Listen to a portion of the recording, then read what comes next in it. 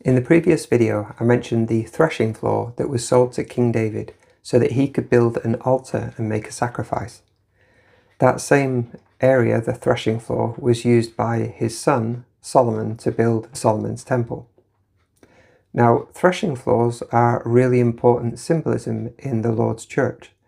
A threshing floor is generally where the farmer would come, take all the wheat, put it down, and then winnow it by throwing it up into the air with a winnowing fork.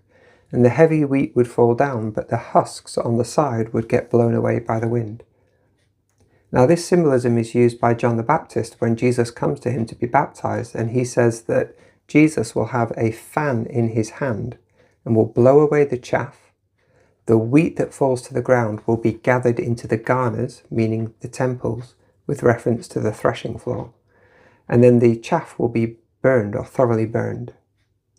And the same parable is used when it comes to the wheat and the tares, because the wheat will be gathered together in bundles and put into the barns or the temples, whereas the tares will be gathered together and burned. And as Peter says, at the second coming, the entire world will be burned and the elements will melt with fervent heat. So it's important that we are gathered into the safe places, into the temples. Now, the earth's baptism occurred at the time of the flood with Noah, where Noah's family were sealed together in an ark. And it says that the Lord sealed the door from the outside. So arks represent temples in the old days.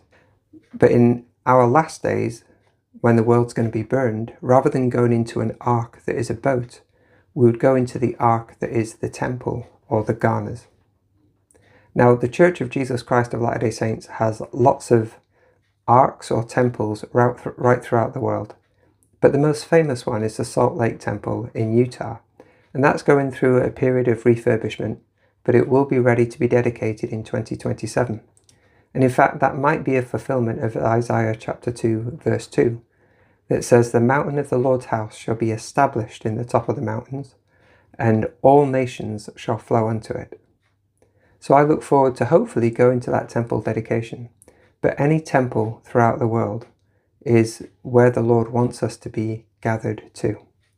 So let's do our best to be wheat, to be prepared for the second coming, and not a tare that looks like a wheat but is completely different.